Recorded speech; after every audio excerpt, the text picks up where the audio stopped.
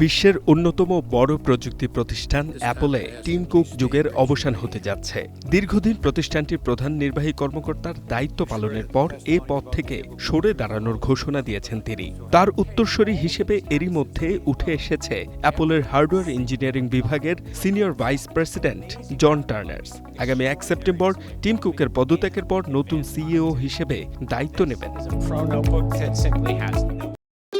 ভবিষ্যৎ হোক নিরাপদ, বিনিয়োগ হোক বিশ্বস্ত, আর আমার পছন্দ সল্ট বে।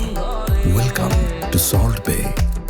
অ্যাপলের বিবৃতিতে বলা হয়, টিম কুক গ্রীষ্মকাল পর্যন্ত সিইও হিসেবে দায়িত্ব পালন করবেন। নেতৃত্ব পরিবর্তন নির্বিঘ্নে সম্পন্ন করে এরপর অ্যাপলের পরিচালনা পর্ষদের এক্সিকিউটিভ চেয়ারম্যান হিসেবে কাজ করবেন তিনি।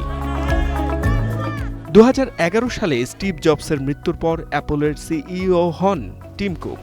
তার নেতৃত্বে অ্যাপল $৪ ট্রিলিয়ন কোম্পানিতে পরিণত হয় এবং বিনোদন, স্বাস্থ্য ও ওয়্যারেবল প্রযুক্তির মতো নতুন খাতে বড় বিস্তার ঘটায়।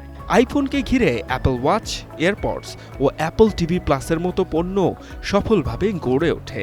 বর্তমানে অ্যাপলের সার্ভিস ব্যবসা আইফোনের পরেই দ্বিতীয় বৃহত্তম ইউনিট। তবে সাম্প্রতিক সময়ে ভার্চুয়াল রিয়েলিটি ও কৃত্রিম বুদ্ধিমত্তা খাতে অ্যাপলের অগ্রগতি প্রত্যাশার তুলনায় ধীর গতিতে চলছে। এখনও সীমিত বাজারে রয়ে গেছে ভিশন প্রো, আর সিরির বড় আপডেটও পিছিয়েছে। এদিকে নতুন সিইও হতে যাওয়া জন টার্নার্স ২০০১ সালে অ্যাপলে যোগ দেন।